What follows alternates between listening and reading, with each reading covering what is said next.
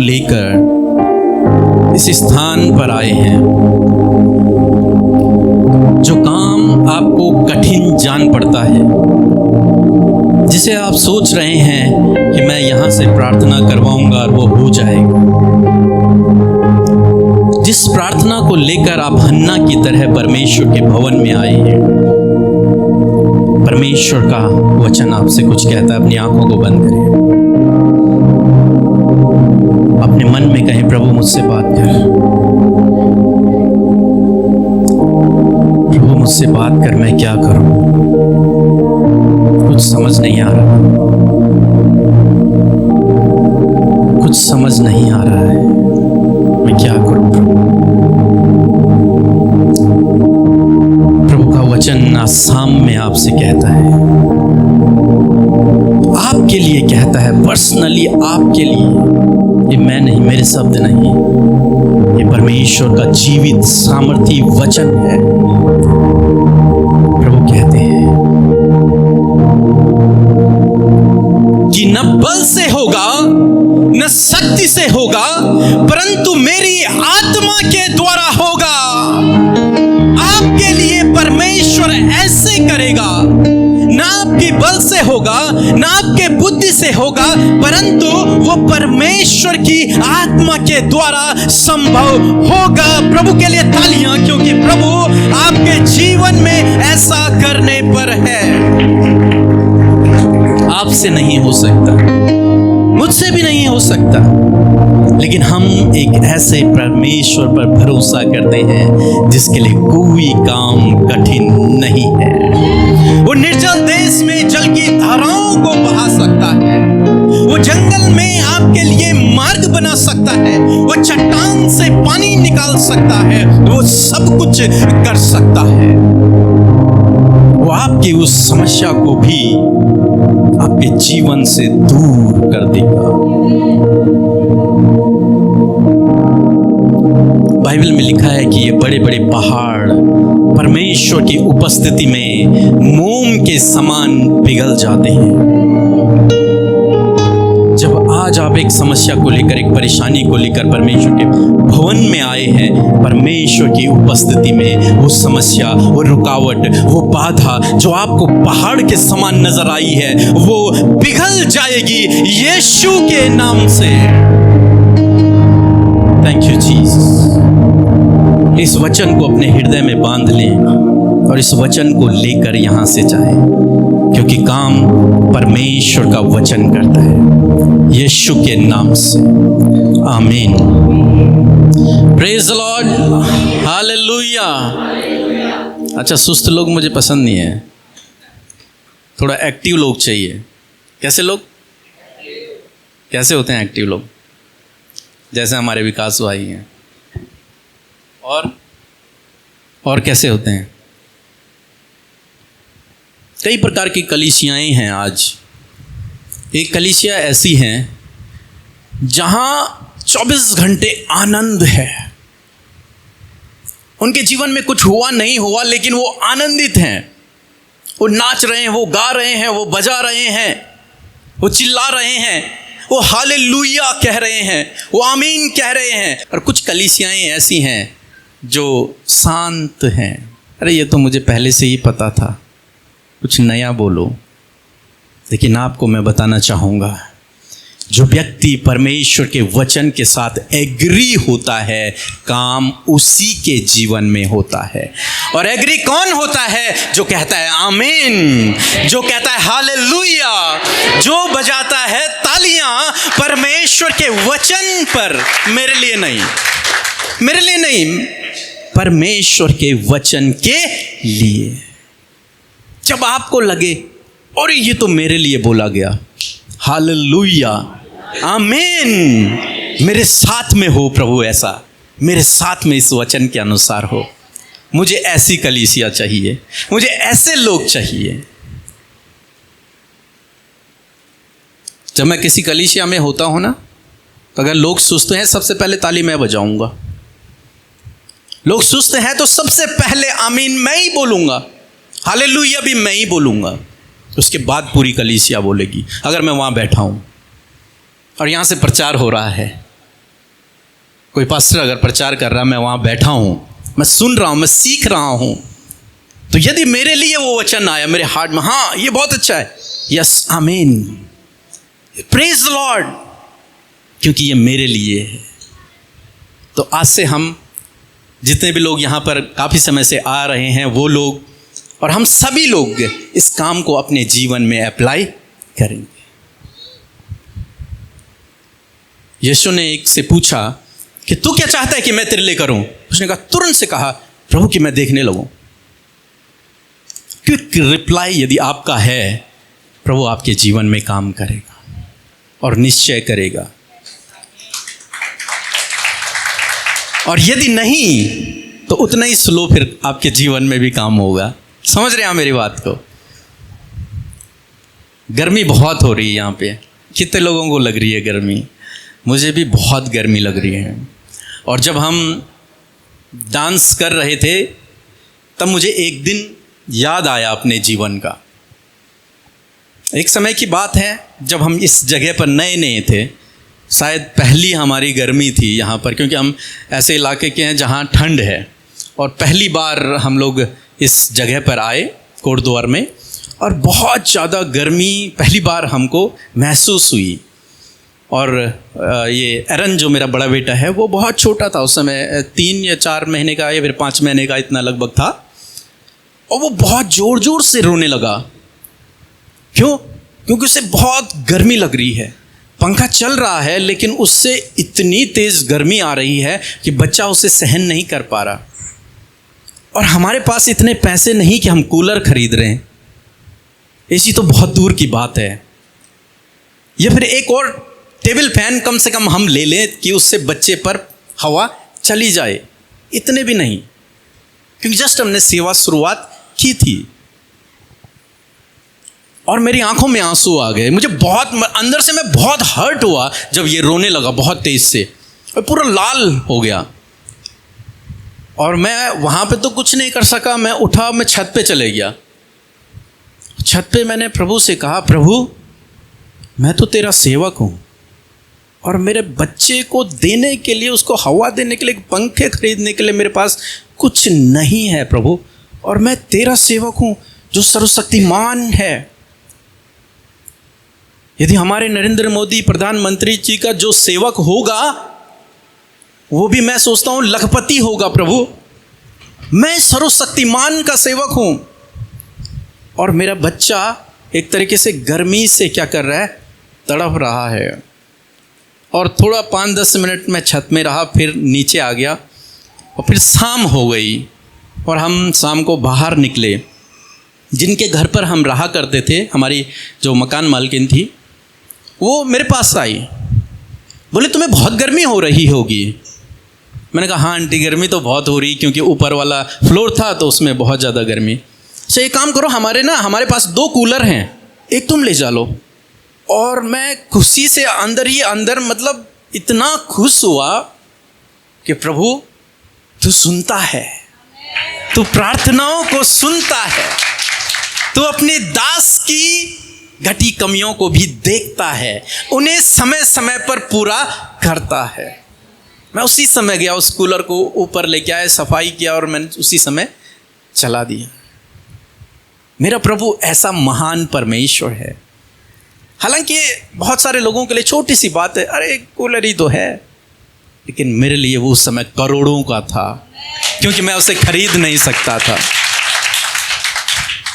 बहुत गर्मी, जब मैं यहाँ पर था मैं हाथों उठाकर प्रभु का धन्यवाद कर रहा था कि प्रभु तूने उस दिन मेरे जीवन में ये किया। और जानते हैं बहुत तेज गर्मी उन दिनों हो रही थी, जैसे आजकल हो रही है, आप लोगों को अभी लग रही होगी। और हमारे पास फ्रीज नहीं था, और हम क्या करते, एक बोतल लेते, उसमें कपड़ा लपेटते और ठंडे पानी में डालते और उसे बाहर रख देते। फिर से रात में हवा चलती तो वो ठंडा होता, और तब उस पानी को हम लोग पिया करते थे। मैं सच बता रहा हूँ।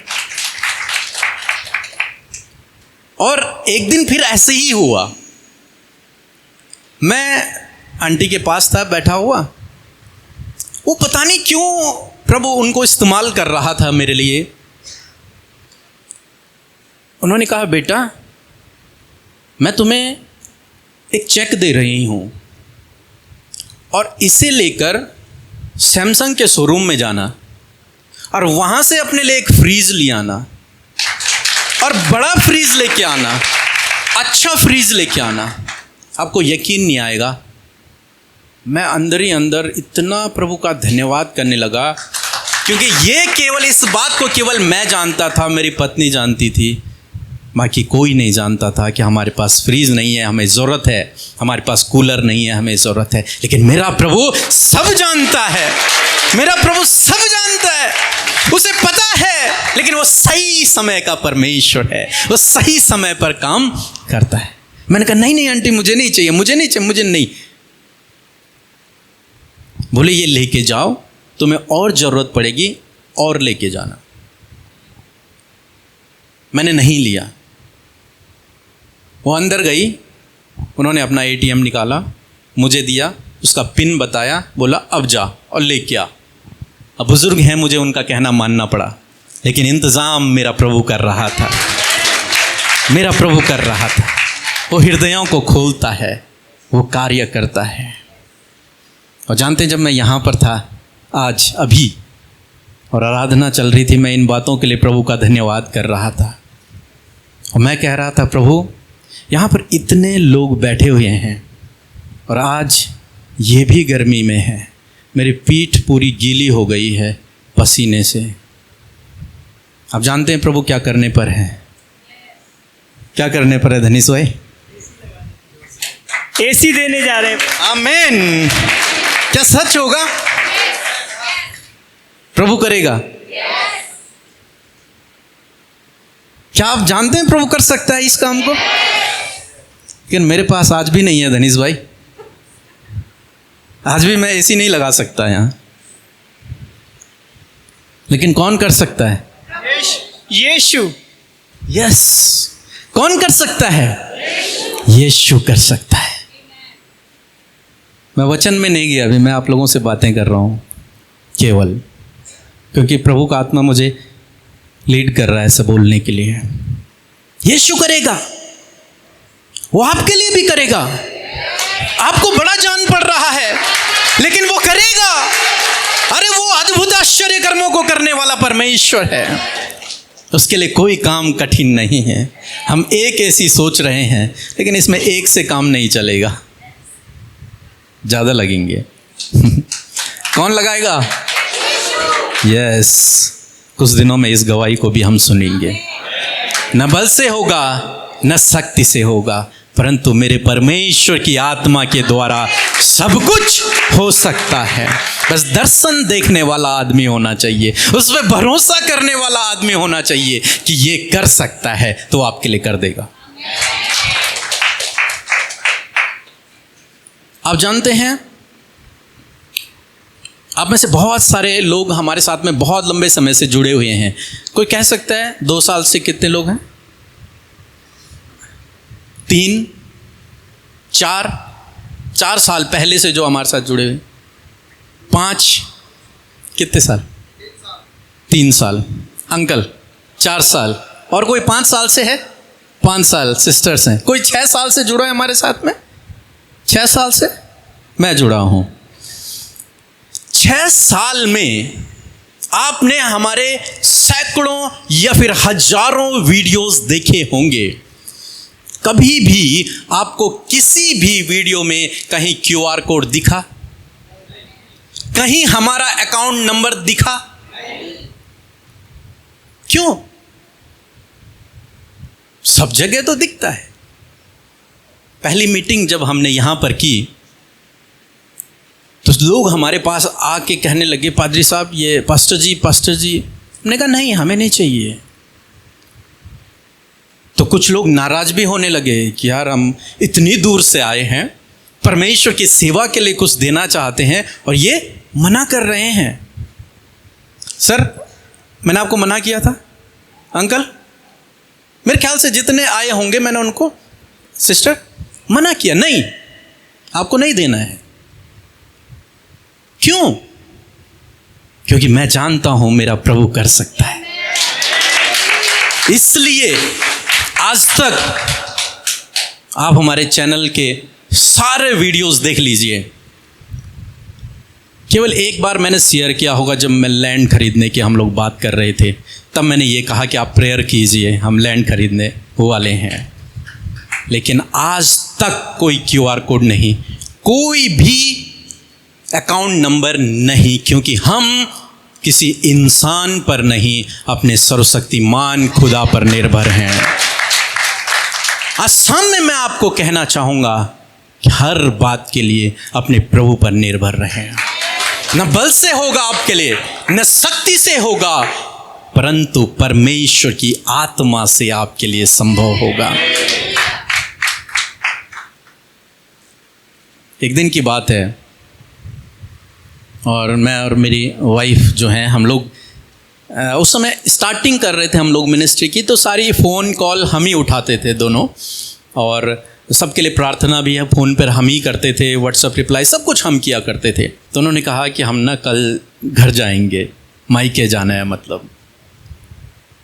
मैंने कहा हम नहीं जा सकते। क्यों नहीं जा सकते? क्योंकि हमारे पास कुछ नहीं है। ससुराल जाना तो कुछ तो चाहिए, कुछ नहीं है। ज़्यादा से ज़्यादा बाइक में तेल डालेंगे और चल लेंगे, बस इससे ज़्यादा कुछ नहीं है। तो उन्होंने कहा मेरे साथ में शर्त। तो हम दोनों ने शर्त लगा दी, यदि प्रभु इंतजाम कर देगा तो हम लोग जाएंगे कल सुबह, और नहीं करेगा, मैंने कहा नहीं करेगा तो हम लोग नहीं जाएंगे। मुश्किल से 5 मिनट में एक मैसेज आया, ट्रिंग, और इन्होंने अपना फ़ोन चेक किया, उसमें 10,000 रुपये आए थे। तो इन्होंने कहा अभी चलो। उसी समय मेरा प्रभु सब कुछ कर सकता है। आप जानते हैं इस बात को, मेरे से ज़्यादा काम प्रभु ने आपके जीवन में किया है। लेकिन कई लोग उसे भूल जाते हैं। जानते हैं, मुझे एक याद है, छोटी छोटी बातें, और मैंने उसे अपनी बुक में लिखा है, प्रार्थना करने का सही तरीका उसमें लिखा है। मैं क्यों आपको ये सब बता रहा हूँ? क्योंकि ऐसे ही प्रभु आपके जीवन में करेगा। आज वो काम बड़ा लग रहा है, अरे प्रभु जब इस छोटी ज़रूरत को पूरा कर सकता है तो आपके लिए बड़ा भी कर सकता है। मिनिस्ट्री की शुरुआत करते हुए मेरी मुलाकात एक भाई से हुई। उस भाई ने मुझे एक गवाही सुनाई। उन्होंने कहा कि भाई मुझे अपनी बेटी की शादी करनी थी, और लड़के वाले जो थे वो बहुत मतलब अच्छे फैमिली से थे, और मेरे पास कुछ भी नहीं है, ना उन्हें देने के लिए, यहाँ तक कि वेडिंग पॉइंट बुक करने के लिए मेरे पास पैसे नहीं है, मैं इंतज़ाम नहीं कर सकता। लेकिन मैं प्रभु के पास जाता और प्रार्थना करता, वैसे इसके अलावा मेरे पास कोई साधन नहीं था। और जानते हैं क्या हुआ? एक दिन वो एक वेडिंग पॉइंट में केवल रेट पता करने के लिए गए, क्योंकि शादी को 10-15 दिन बाकी थे। केवल पता करने के लिए कि सर आपका चार्ज कितना होगा। उन्होंने कहा कब की शादी है? तो उन्होंने एक डेट जो थी वो दिखाई कि इस दिन की शादी है। उन्होंने अपनी हालत भी बताई कि उन्होंने जब रेट सुना तो उन्होंने कहा हम नहीं कर सकते, हमारे पास इतना पैसा नहीं है। जानते हैं क्या हुआ? उस वेडिंग पॉइंट के मालिक ने कहा कि भाई तुम आओ यहाँ शादी करो, और जितना तुमसे हो सकता है वो दे देना बस। और ये तो कुछ भी नहीं है, बड़ी बात अब है कि उस दिन से पहले वाले दिन वहाँ एक बहुत बड़े आदमी की बेटे की या फिर बेटी की शादी थी, और उन्होंने पूरा ग्राउंड बहुत बढ़िया ढंग से डेकोरेट करके रखा हुआ था। और ये जो गरीब सा आदमी था जिसका मालिक प्रभु था, उसकी शादी उसी हॉल में, उसी ग्रैंड जगह पर हुई। हमारा प्रभु सब कुछ कर सकता है, उसके लिए कुछ भी असंभव नहीं है। कुछ भी असंभव नहीं है, कुछ भी नहीं। आपको लग रहा मेरी जॉब नहीं लग रही, क्या उसके लिए असंभव है? नहीं है। मैं कर्ज में हूं, क्या उसके लिए असंभव है? कोई भी समस्या उसके लिए बड़ी नहीं है। वो सब कुछ आपके लिए कर सकता है और करने की सामर्थ्य को रखता है। मन तो कर रहा है और बोलता चलूं और आपको गवाही सुनाता चलूं, लेकिन फिर हम खाने के लिए लेट हो जाएंगे। कितने लोगों को भूख लग रही है? ओ, वचन की भूख है। जी जी जी जी, बिल्कुल बिल्कुल बिल्कुल, वचन की भूख है। परमेश्वर का धन्यवाद हो कि हम सब लोगों को वचन की भूख है। मेरे साथ में कहें पवित्र। पवित्र, जोर से कहें पवित्र। और जोर से कहें। कौन है पवित्र? परमेश्वर, आपका परमेश्वर, जिस पर आप भरोसा करते हैं, जिसकी अद्भुत आश्चर्य कर्मों की कहानियां मैं आपको अभी तक सुना रहा था, वो कौन है? वो पवित्र है। वो कौन है? जी, जोर से बोलिए, वो कौन है? जी, वो कौन है? पवित्र परमेश्वर है। कौन है? समझ रहे हैं आप लोग? कौन है? नहीं समझे अभी आप लोग? कौन है? पवित्र परमेश्वर। कौन है? जी, आप जानते हैं, जिस दिन दानियल ने समझने और बूझने के लिए अपने मन को परमेश्वर के वचन पर लगाया, बाइबल कहती है, प्रभु ने कहा तेरी प्रार्थना उसी दिन सुन ली गई थी। हे दानियल, तेरी प्रार्थना उसी दिन सुन ली गई थी जिस दिन तूने परमेश्वर के भेदों को समझने के लिए और बूझने के लिए अपने कान को, अपने मन को लगाया था। हे दानियल, तेरी प्रार्थना उसी दिन सुन ली गई थी। आज परमेश्वर के वचन को समझें और आपकी प्रार्थना सुन ली गई है। यीशु मसीह ने मत्ती रचित सुसमाचार उसके 6 अध्याय में प्रार्थना करना सिखाया अपने चेलों को। और जब यीशु मसीह प्रार्थना करना सिखा रहे थे तो एक सेंटेंस प्रभु यीशु मसीह ने कहा और उस पर हम आज ध्यान करेंगे। मत्ती रचित सुसमाचार उसका 6 अध्याय और 9 पद मेरे साथ में निकाल ले। यदि आज कोई बात नहीं, आप मत निकाले, मैं पढ़ रहा हूं यहां से। जी, आप ध्यान से सुनेंगे क्या लिखा है। सो तुम, हम सब के लिए कह रहे हैं, तुम इस रीति से, मीन्स इस तरीके से प्रार्थना किया करो। ठीक है, क्या कहा?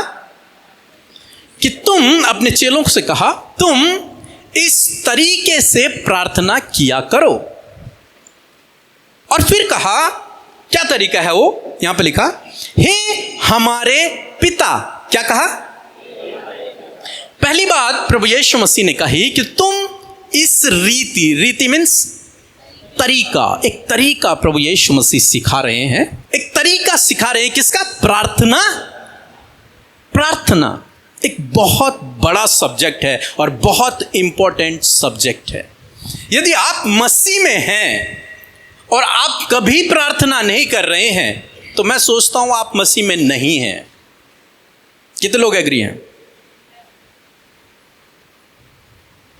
यदि आप मसीह में हैं और आप धन्यवाद नहीं दे रहे हैं, आप प्रार्थना नहीं कर रहे हैं, तो शायद आप मसीह में नहीं हैं। प्रार्थना मसीह जीवन की क्या है? नींव है। क्या है? नींव है। प्रार्थना बहुत इंपॉर्टेंट सब्जेक्ट है। प्रार्थना यदि आप सीखना चाहते हैं, हमारी बुक है। एक विश्वासी के लिए बहुत ही आवश्यक है प्रार्थना करना, तब ही प्रभु काम करेगा। क्योंकि मैंने पिछली बार सिखाया था कि बिना प्रार्थना के प्रभु काम नहीं करते। और यहां पर प्रार्थना के विषय में प्रभु सिखा रहे हैं। इसका मतलब प्रार्थना करना क्या है? हाँ, बहुत जरूरी है कि यीशु सिखा रहे हैं उस बात को कि ऐसे करना, तो वो बहुत इंपॉर्टेंट रोल रखती है हमारे जीवन में। क्या है पहली बात? हे हमारे पिता। आज तक आपने बाइबल पढ़ी होगी, प्रभु ने कहा हे मेरे पिता, मेरा पिता जो स्वर्ग में है, मेरा पिता। मैं अपने पिता से सुनता हूं, हमेशा यीशु कहते हैं मेरा पिता, मेरा पिता, मेरा पिता। लेकिन आज यहां पर प्रभु यीशु मसीह क्या कह रहे हैं जानते हैं? क्या कह रहे हैं? हे हमारे पिता। हे हमारे, अब किसका हो गया? हम सब का पिता। हे हमारे पिता। पिता का क्या रोल होता है जानते हैं? आप में से बहुत सारे फादर हैं। क्या रोल होता है? अपने बच्चों की ज़रूरतों को पूरा करना, अपने बच्चे की देखभाल करना, उसको प्रोटेक्ट करना, उसको बढ़ाना, उसको एक अच्छे लेवल तक पहुंचाना। हर एक काम ये किसका होता है? पिता है। अपनी फैमिली को प्रोटेक्ट करना, उनकी जरूरतों को पूर्ति करना, ये किसका काम है? अब प्रभु यीशु कह रहे हैं हे हमारे पिता। मीन्स क्या है?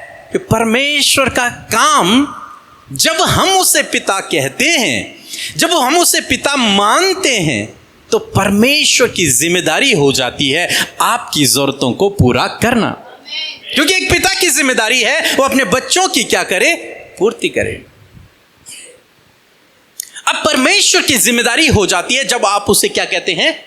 पिता कहते हैं, तो उसकी जिम्मेदारी हो जाती है आपकी जरूरतों को पूरा करना, आपकी देखभाल करना, आपको प्रोटेक्ट करना, आपको आगे बढ़ाना। सब कुछ किसकी जिम्मेदारी हो जाती है?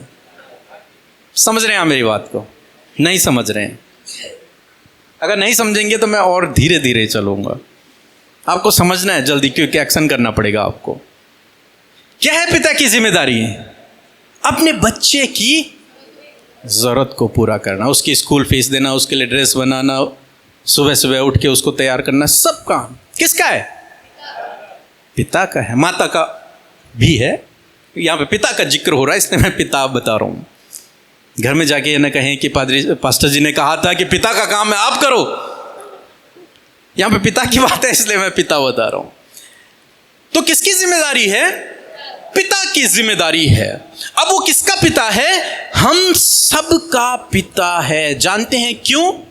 क्योंकि बाइबल कहती है कि जितनों ने उसे ग्रहण किया, जितनों ने उस पर विश्वास किया, उसने उन्हें परमेश्वर की संतान होने का अधिकार दिया। तो आपको परमेश्वर की संतान होने का अधिकार है। मीन्स आप और परमेश्वर का पिता और पुत्र का रिश्ता है। और यदि वो आपका पिता है तो आपकी जरूरत को पूरा करने वाला वो है। इसीलिए मैंने इतनी सारी गवाहियां आप लोगों को सुनाई, क्योंकि वो हमारा क्या है? पिता है। वो हमारा पिता है। परमेश्वर तो है ही, लेकिन वो हमारा पिता है। और पिता की जिम्मेदारी है अपने बच्चे की देखभाल करना, अपने बच्चे की ज़रूरत को पूरा करना, अपने बच्चे की रक्षा करना, उसकी जिम्मेदारी है। और आपका पिता इतना भला है कि वो ये सब करना बहुत बेहतर रूप से जानता है। बाइबल कहती है जब तुम बुरे होकर अपने बच्चों को अच्छी वस्तुएं देते हो, तो तुम्हारा स्वर्गीय पिता जो भला है, जो अच्छा है, वो तुम्हें क्यों ना देगा? देगा कि नहीं देगा? क्या लगता है? देगा। यस, क्या करेगा? देगा। क्योंकि वो कौन है? जी। आज शाम में मैं आपके अंदर ये जोश डालना चाहता हूं कि आप इस बात को समझें कि मेरा परमेश्वर मेरे लिए सब कुछ कर सकता है। और एक और बात पे मैं जोर डालना चाहता हूं, उस पे हम अभी जाएंगे। लिखा है, और बच्चे का क्या काम होता है जानते?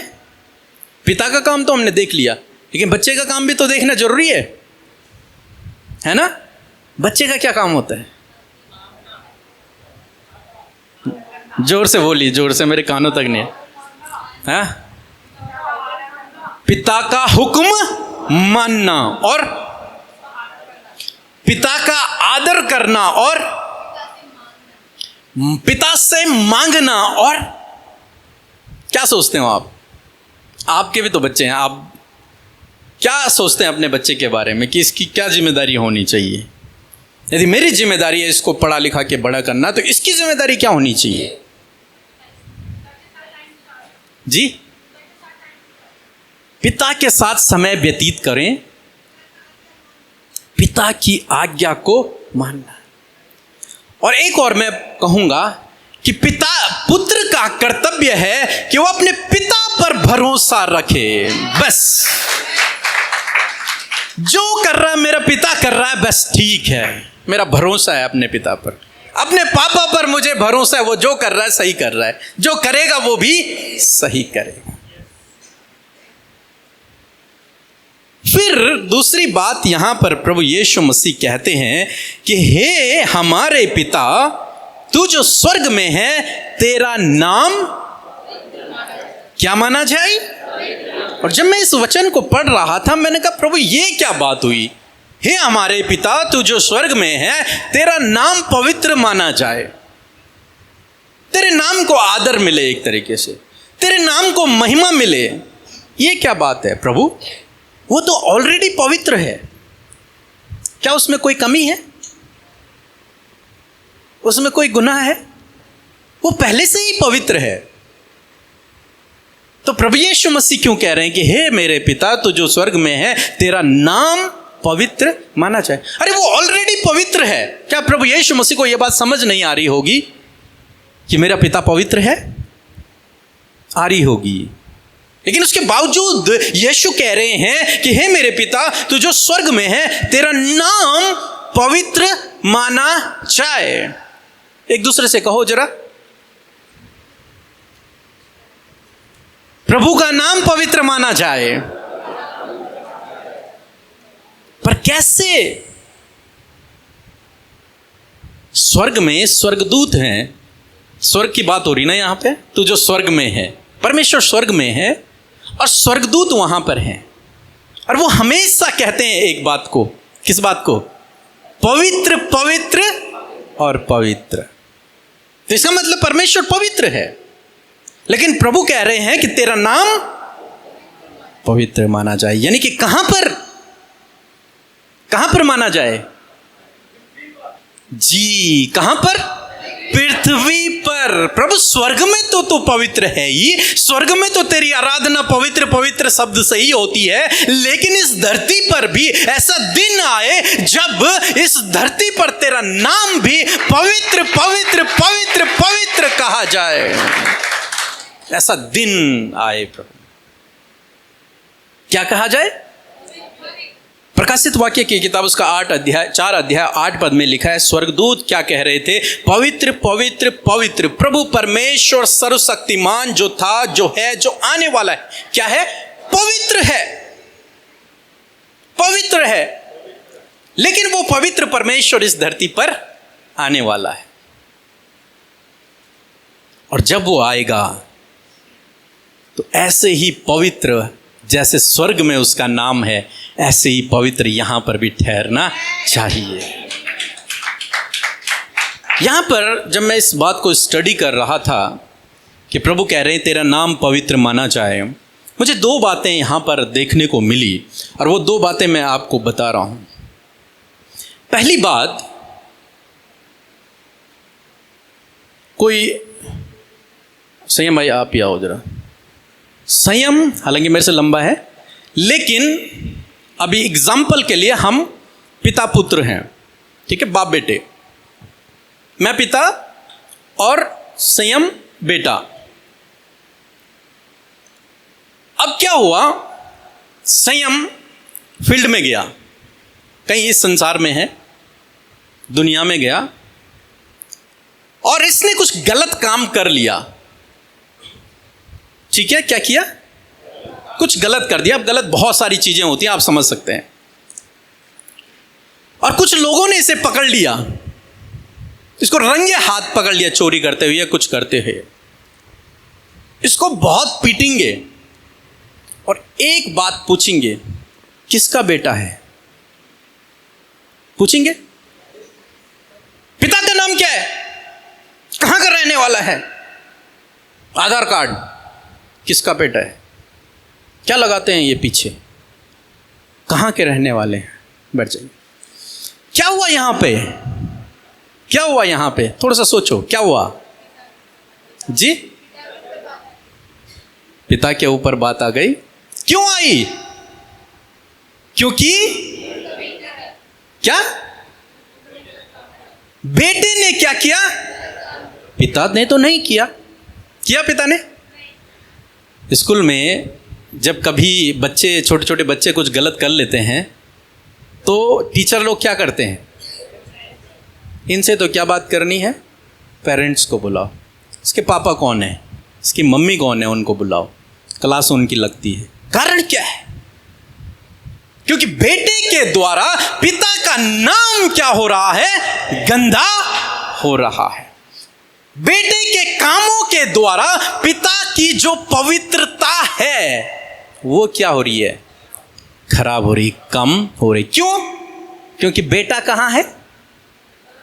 गलत कामों में है। हालांकि है तो वो मेरा ही बेटा, लेकिन बेटा कहाँ है? गलत कामों में है। और पिता कहाँ है?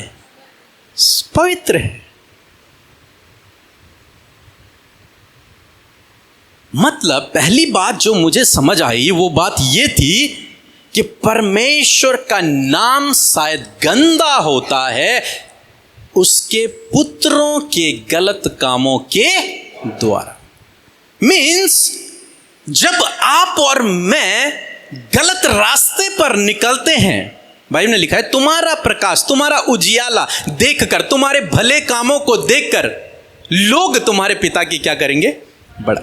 और बुरे कामों को देखकर क्या करेंगे? क्या करेंगे?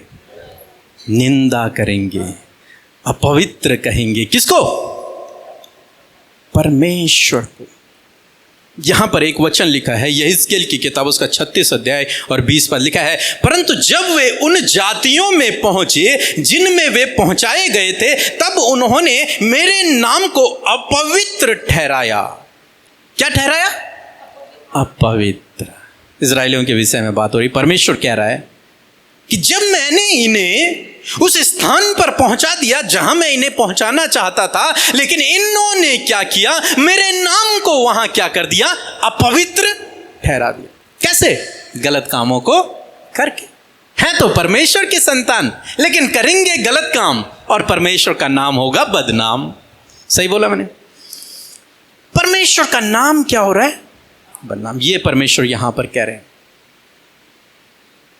हो सकता है आज आप मसीह में तो हैं, हो सकता है, लेकिन कहीं ना कहीं हो सकता है अपने कामों के द्वारा आप परमेश्वर के नाम को, जो होली है, जो पवित्र है, हो सकता है उसे अपवित्र ठहरा रहे हैं। और ये एक बहुत बड़ा कारण हो सकता है आपके जीवन में काम न होने का। अपने आप को जांचने और परखने की जरूरत है। कहीं ऐसा तो नहीं है, तो मेरा ही बेटा है, तो मेरा ही पिता, लेकिन कहीं ऐसा तो नहीं कि बेटा कुछ गलत कर रहा है और उसकी गलती के कारण हो सकता है परमेश्वर का नाम अपवित्र ठहर रहा हो।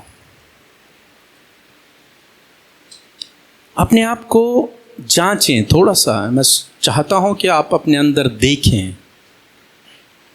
और एक दिन जब मैंने अपने आप अंदर इस बात को देखा, मैंने प्रभु से माफ़ी मांगी और मैं वापस लौट के आया। प्रभु नहीं, तू मेरा पिता है तो चाहिए कि मेरे कामों से तू महिमा पाए, मेरे कामों से तेरा नाम पवित्र ठहरे, मेरे कामों से अपवित्र न ठहरे।